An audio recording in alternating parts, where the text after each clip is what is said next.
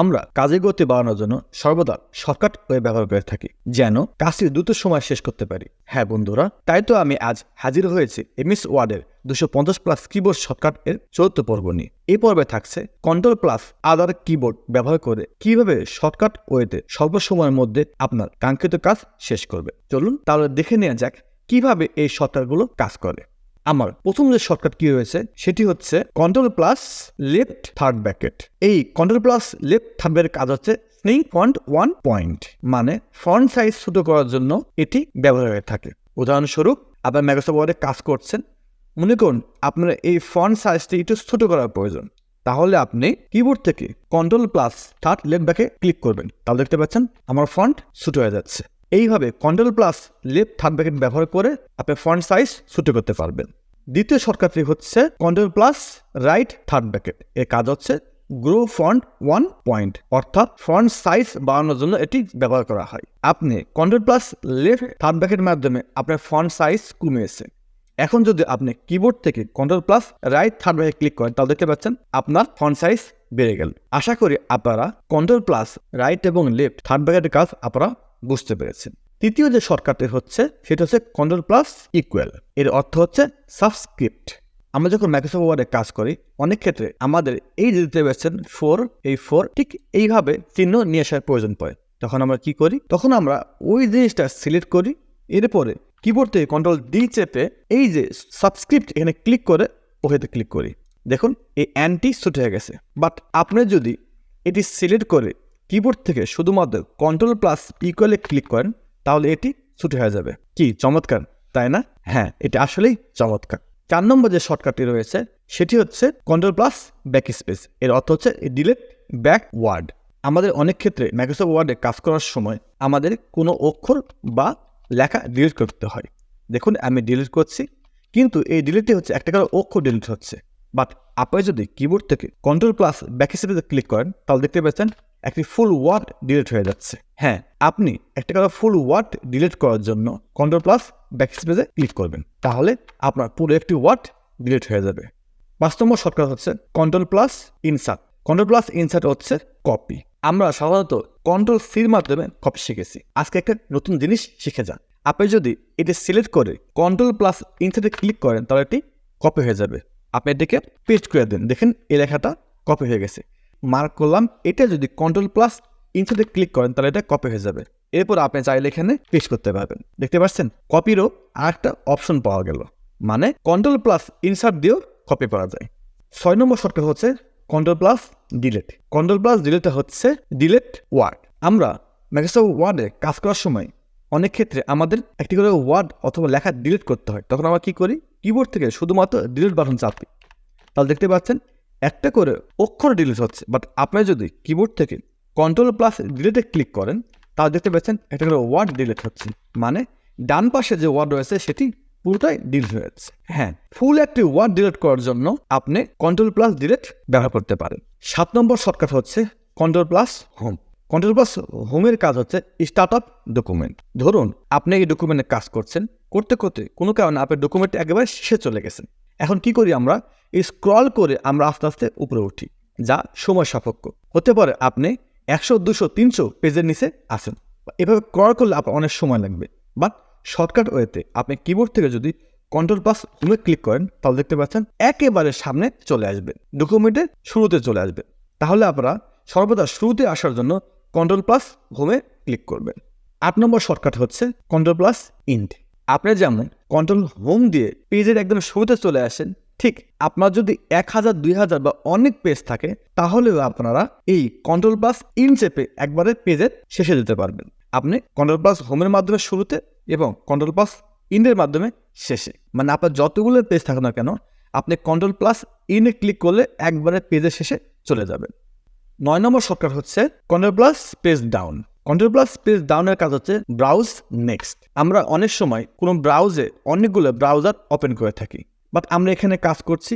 এখানে কাজ করতে করতে আপনার মনে হচ্ছে নেক্সট ব্রাউজারে যাওয়া দরকার। তখন আপনি কি করবেন? কিবোর্ড থেকে Ctrl+Page Down-এ ক্লিক করবেন, তাহলে নেক্সট ট্যাবে চলে যাবে। আবার যদি কিবোর্ড থেকে Ctrl+Page Down-এ ক্লিক করেন, তাহলে আবার নেক্সটে চলে যাবে। তার মানে আপনার কোনোভাবেই মাউস ধরার প্রয়োজন পড়বে না।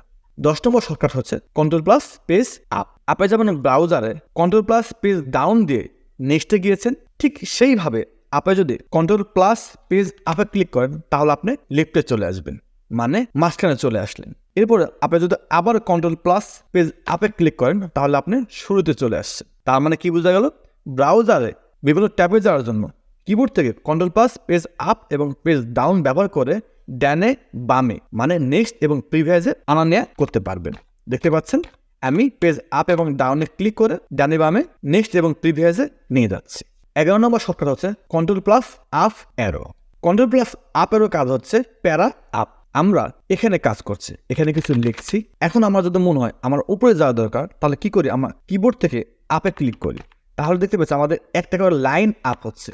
বাট আপনি যদি এখান থেকে Ctrl+আপ অ্যারোতে ক্লিক করেন তাহলে দেখতে পাচ্ছেন একটা করে প্যারাতে আপ চলে যাচ্ছে। এই যে আমি আবার ডাউনে ক্লিক করছি, ডাউনে ক্লিক করলে আপনার নিচে চলে আসবে এবং আপে ক্লিক করলে একটা করে প্যারা পার হচ্ছে। মানে দ্রুত সময়ের মধ্যে আপনি একটা পর একটা প্যারা পার হওয়ার জন্য আপনি কিবোর্ড থেকে Ctrl+আপ অ্যারোতে ক্লিক করতে পারেন।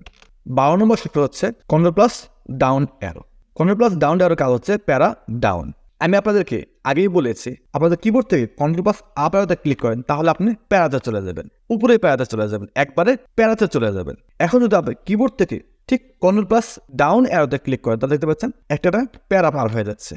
এইভাবে আপনারা একটা প্যারা পার হওয়ার জন্য কিবোর্ড থেকে ডাউন অ্যারো ব্যবহার করতে পারেন। 13 নম্বর সূত্র হচ্ছে Ctrl+লেফট অ্যারো, মানে ওয়ার্ড লেফট। আমরা মাইক্রোসফট ওয়ার্ডে কাজ করার সময় আমরা যদি একটু বামে আসার প্রয়োজন পড়ে তাহলে আমরা কি করি? আমরা এইভাবে মাউস দিয়ে ক্লিক করি। এতে করে কি হয়? আমাদের অনেক কষ্ট করে এম করে এভাবে ক্লিক করতে হয়। বাট আপনি যদি এখান থেকে Ctrl+লেফট অ্যারো ক্লিক করেন তাহলে দেখবেন একবারে ওই ওয়ার্ডের সামনে চলে যাবে। আবার লেফটে ক্লিক করেন, দেখতে পাচ্ছেন প্রতিটা ওয়ার্ডের সামনে চলে যাচ্ছে। খুব দ্রুত সময়ে কাজ করার জন্য আজকে আমি যে কিবোর্ড শর্টকাটগুলো দেখাচ্ছি এগুলো খুবই গুরুত্বপূর্ণ। আশা করি এই ভিডিওটা আপনারা স্কিপ করবেন না। 14 নম্বর শর্টকাট হচ্ছে Ctrl+রাইট অ্যারো। এর কাজ হচ্ছে ওয়ার্ড রাইট। আমি আপনাদের ওয়ার্ড লেফট দেখিয়েছি, এখন দেখাচ্ছি রাইট। আপনি যদি কিবোর্ড থেকে Ctrl+রাইট অ্যারো ক্লিক করেন তাহলে সেমভাবে একটা করে ওয়ার্ড পার হয়ে যাবে। আপনার এই টেকনোলজিতে আপনি এখানে রয়েছেন। এখন যদি কিবোর্ড থেকে শুধু অ্যারোতে ক্লিক করেন তাহলে একটা করে অক্ষর পার হবেন, আর যদি মাউসে ক্লিক করেন তারপরে শেষে যেতে পারবেন। বাট আপনি এটা না করে আপনি Ctrl+রাইট অ্যারো ক্লিক করুন, তাহলে একটা ওয়ার্ডের শেষে আপনি চলে যেতে পারবেন। 15 নম্বর শর্টকাট হচ্ছে Ctrl+স্পেস, মানে রিসেট ক্যারেক্টার। এই যে দেখতে পাচ্ছেন দ্য নিউ রোমান এই ফন্টে কোনো কারণে আপনার হাতের চাপ লেগে এই ফন্টটা চেঞ্জ হয়ে এমন হয়ে গেছে, তাহলে আমরা ঘাবড়া যাই, এই আমার ফন্ট কি হলো? বাট আপনি এদিকে সিলেক্ট করে যদি আবার কিবোর্ড থেকে Ctrl+স্পেসে ক্লিক করেন তাহলে আপনার সাবেক যে ফন্টটা এটা চলে আসবে এবং সাবেক যে ফন্ট সাইজ সেটাও চলে আসবে। এটাতে দুটা কাজ করা যায়। আপনি যদি এটা সিলেক্ট করেন এবং Ctrl+স্পেসে ক্লিক করেন তাহলে আপনার যে মূল সাইজ, মানে পেজ ওপেন করার পর যে সাইজ এবং যে ফন্ট সেটি চলে আসবে। আমি আবারও দেখাচ্ছি, আমি এটিকে সিলেক্ট করে আমি একটা ফন্ট চেঞ্জ করে দিচ্ছি। এখন আবার সিলেক্ট করে আপনারা যদি Ctrl+স্পেসে ক্লিক করেন তাহলে এই যে দেখতে পাচ্ছেন টাইম দ্য নিউ রোমান এবং ফন্ট সাইজ 12 চলে আসছে। 16 নম্বর শর্টকাট হচ্ছে Ctrl+0। Ctrl+0 এর কাজ হচ্ছে ওপেন অর ক্লোজ আপ প্যারা। অনেক সময় এই যে দেখতে পাচ্ছেন প্যারাগুলো ঠিক এরকম একটু ফাঁক হয়ে যায়, বাট আমরা বুঝতে পারি না এর মধ্যে কোনো ফাঁকা নেই, মানে এই যে ইন্টারনালে যে ফাঁকা থাকে সেই ফাঁকাটা নেই। তাহলে কি হয়েছে আমরা অনেক সময় বুঝতে পারি না। তাহলে কি করবেন? তখন আপনারা এটি সিলেক্ট করে আপনারা যদি Ctrl+0 ক্লিক করেন তাহলে এই দেখুন স্পেসিংটা কমে আসতেছে। আশা করি এই Ctrl+0 যে শর্টকাটটা রয়েছে আপনারা তা বুঝতে পেরেছেন। 17 নম্বর শর্টকাট হচ্ছে Ctrl+1। Ctrl+1 এর কাজ হচ্ছে প্যারাগ্রাফ স্পেসিং। আপনারা মাইক্রোসফট ওয়ার্ডে অনেক সময় কাজ করার সময় আপনাদের স্পেসিং ঠিক করার প্রয়োজন পড়ে। আপনি দেখতে পাচ্ছেন আমার এই প্যারাগ্রাফটি স্পেসিং 1 রয়েছে। কোনো কারণে যদি আপনার এরকম 2 অথবা আরও বেশি থাকে তাহলে আপনারা কি করবেন? আপনারা এটিকে সিলেক্ট করে আপনার কিবোর্ড থেকে যদি Ctrl+1 ক্লিক করেন তাহলে আপনার স্পেসিং 1 চলে আসবে। মানে আপনার আর এখানে মাউস দিয়ে কোনো ক্লিক করতে হবে না, জাস্ট এটি সিলেক্ট করুন এবং কিবোর্ড থেকে Ctrl+1 ক্লিক করুন, দেখতে পাচ্ছেন 1 স্পেসে চলে আসবে। 18 নম্বর শর্টকাটটা হচ্ছে Ctrl+2। আমাদের কোনো লেখাকে সুন্দর দেখার জন্য অথবা একটু ফাঁকা করার জন্য আমরা স্পেসিং দিই। আপনি দেখতে পাচ্ছেন আমি এটি মাউস দিয়ে সিলেক্ট করলাম, এরপর মাউস দিয়ে এটি ক্লিক করে আমি স্পেসিং বাড়িয়ে দিলাম। বাট আপনি এটি না করে আপনি যদি এটি জাস্ট সিলেক্ট করে আপনি কিবোর্ড থেকে Ctrl+2 ক্লিক করেন তাহলে আপনার 2 স্পেসিং চলে আসবে। আমি আবার Ctrl+Z দিচ্ছি, আবারও দেখাচ্ছি। আমি এটিকে সিলেক্ট করে আমি যদি কিবোর্ড থেকে Ctrl+2 ক্লিক করি তাহলে প্রতিটা লাইনের পরে একটা 2 স্পেস জায়গা চলে আসবে। সর্বশেষ যে শর্টকাটটি সেটি হচ্ছে Ctrl+5 মানে প্যারাগ্রাফ স্পেসিং। আপনারা দেখতে পাচ্ছেন আমার লেখা অনেক বেশি ফাঁকা রয়েছে। হতে পারে এটি 2 স্পেসিং অথবা 3 স্পেসিং আছে, বাট আপনারা স্পেসিং 0.5 মানে অল্প একটি স্পেসিং রাখার জন্য আপনারা এই কিবোর্ড থেকে Ctrl+5 ক্লিক করেন তাহলে দেখতে পাচ্ছেন স্পেসিং কমে আসলো। আপনি যদি এখান থেকে 1 দিয়ে রাখেন তাহলে স্পেসিং একবারে কমে গেল, বাট আপনারা একটু ফাঁক করার প্রয়োজন, মানে 0.5 ফাঁকা করার প্রয়োজন। তখন আপনি কি করবেন, আপনার কিবোর্ড থেকে Ctrl+5 ক্লিক করবেন। দেখতে পাচ্ছেন আপনার স্পেসিংটি ফাঁকা হয়ে গেল। আমি আপনাদেরকে দেখানোর চেষ্টা করলাম 19টি কিবোর্ড শর্টকাট। আপনারা হয়তো এখন বুঝতে পারছেন না, বাট কাজ করতে গেলে আপনারা এই জিনিসটা যদি মাথায় রাখেন তাহলে আপনার দ্রুত সময়ের মধ্যে আপনি কাজটি শেষ হবে। আমি আপনাদেরকে পর্ব আকারে আরও কিছু কিবোর্ডের কাজ দেখাতে থাকবো, তাই সাথে থাকুন, পাশে থাকুন, আর আমার চ্যানেলটিকে সাপোর্ট করে লাইক, কমেন্ট, শেয়ার, সেই সাথে সাবস্ক্রাইব করবেন। আসসালামু আলাইকুম।